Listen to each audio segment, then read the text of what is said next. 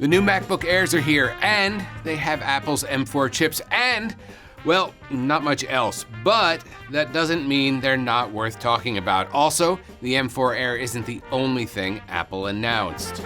So yes, we have new 13 and 15-inch MacBook Airs with M4 chips, which means not only should they be significantly faster than the M1 Air, but they are also prepared for a future running Apple Intelligence. The M4 chip has a 10-core CPU and 10-core GPU and supports up to 32 gigs of unified memory, though the base model will have 16 gigs of unified memory and a 256 gig SSD. Apple also claims up to 18 hours of battery life for both sizes. But the best news is Apple's dropping the price to $999 again, at least for the 13-inch, and $1199 for the 15-inch.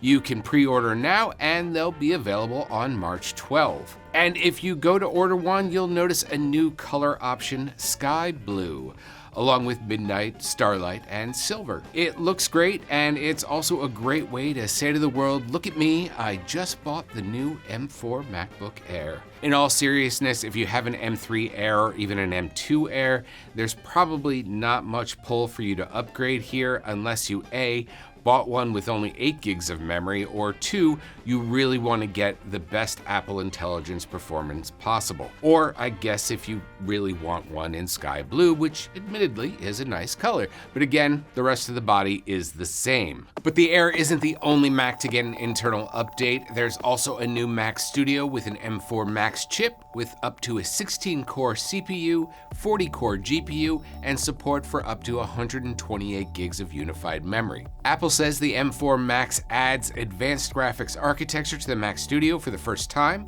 so you get dynamic caching, hardware accelerated mesh shading, and a second-generation ray tracing engine.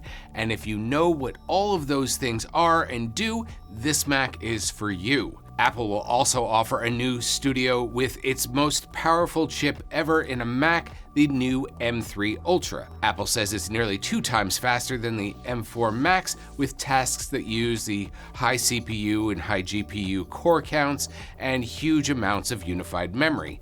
The chip has up to a 32-core CPU with 24 performance cores and up to an 80-core GPU and support for a whopping 512 gigs of unified memory. So why isn't it an M4 Ultra? Basically, it comes down to development cycle timing of the chips and the timeline qualification of Thunderbolt 5. Regardless of the name though, this should be a ridiculously powerful little desktop, and even under load, it stays quiet.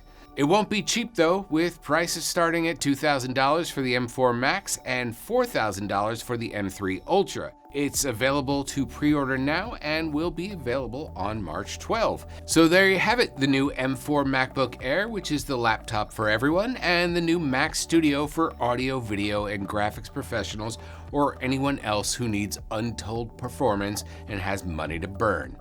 Well, what do you think? Let me know in the comments. Also, let me know if there are any tests you'd like us to try out once we get our hands on these.